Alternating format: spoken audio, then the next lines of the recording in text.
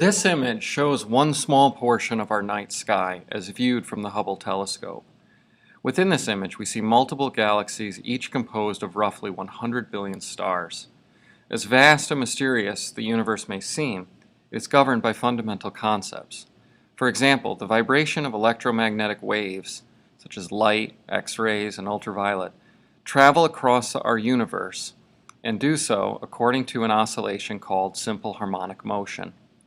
Simple harmonic motion can help us to understand our universe on the galactic scale and all the way down to the atomic scale, as we see here in the vibration of a CO2 molecule.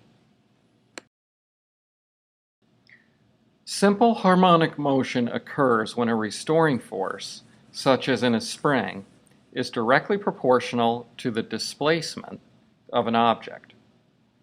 So the condition for simple harmonic motion is that the force is directly proportional to the displacement.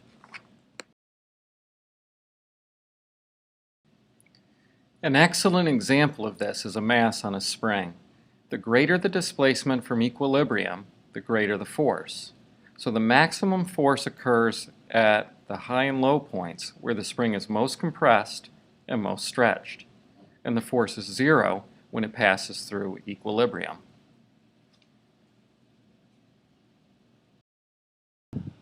Simple harmonic motion in a spring exhibits wave motion.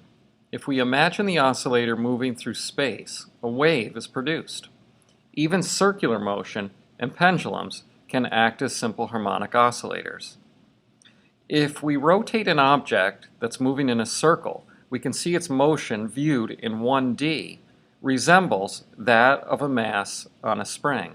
So circular motion shows simple harmonic motion. Here's a pendulum oscillating back and forth.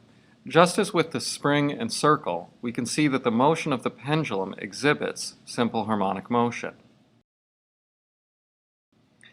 By rotating our view, we can see how this resembles wave-like behavior.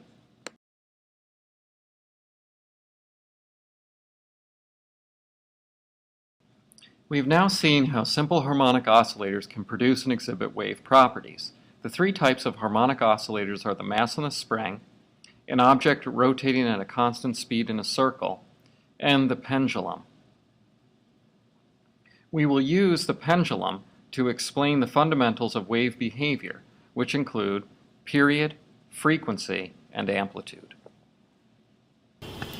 A pendulum swinging back and forth is a wave-like behavior.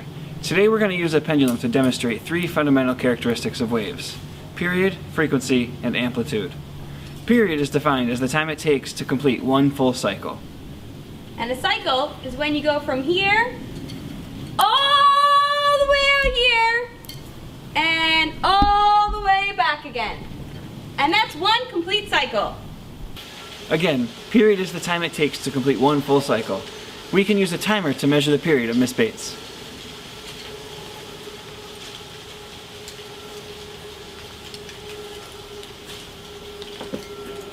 This amount of time is the period. Period. Okay, so we shorten the rope. Let's see how that changes things. Yeah, with ready? a shorter rope, let's see what the period is this time. Okay, are you ready? Ready. You have 3 seconds. Alright, here we go. Woo! Oh wow, that was a lot shorter. Yeah, your period is only 3.5 seconds with a shorter pendulum. Okay, so what does that mean? Shorter time means... That means the frequency will be greater. You'll complete more cycles per second. Huh. Alright, let's figure that out. Let's calculate and see if that's true. The period of Mrs. Bates was 3.5 seconds. That is, the time it took her to go there and back again. We now want to know how many times or cycles she completes in 1 second, and this is called the frequency. Since period is the time for one cycle, and frequency is the number of cycles in a time period, we say that the period is the inverse of the frequency, or T equals 1 over F. To calculate the frequency, we put the period into the formula and take its inverse. You can do this with the 1 over x or x to the minus 1 button on your calculator. Then all we need to do is box those puppies up. So, as the pendulum length decreased, so did the period. But as period decreased, the frequency increased. Alright, I think we got it all. Yep, we're all set. Alright. Oh, we forgot to do amplitude. Oh yeah, we forgot about amplitude. Alright, why don't you tell them what amplitude is? Amplitude is how far a pendulum swings from equilibrium. It's a measure of maximum displacement. So, here I'll have a small amplitude.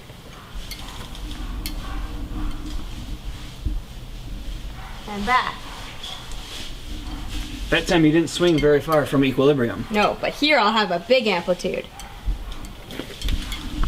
Woo! Now that's a big amplitude. For a mass on a spring, the maximum displacement occurs when the spring is most compressed at the top and most stretched out at the bottom. So amplitude is the maximum displacement from equilibrium.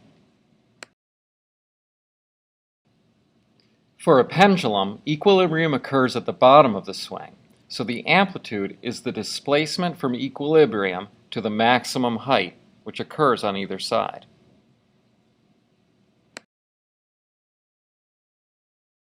Alright, that's a wrap. Yep, I think we're all set. Oh, we forgot to tell them what the unit for frequency is. What, the unit for frequency? Yeah. Ow! Ah! That really hurts. Oh, I think the units hurt. Oh! Yeah. Are we done? I think so. Did we not remember this conversation that we had? Are you pulling on Yeah. Okay, you can go now. Go where? Like, let go. Go out and just I'm gonna swing. swing back against a rock. No, you're going to swing this way. Conservation of energy. Don't you teach physics? Yes, if I go there.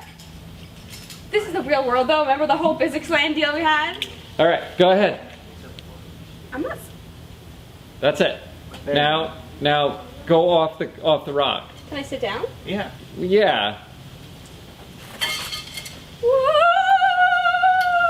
Oh my god. I can't get back up on this stupid rock. Well, Joel can grab onto you.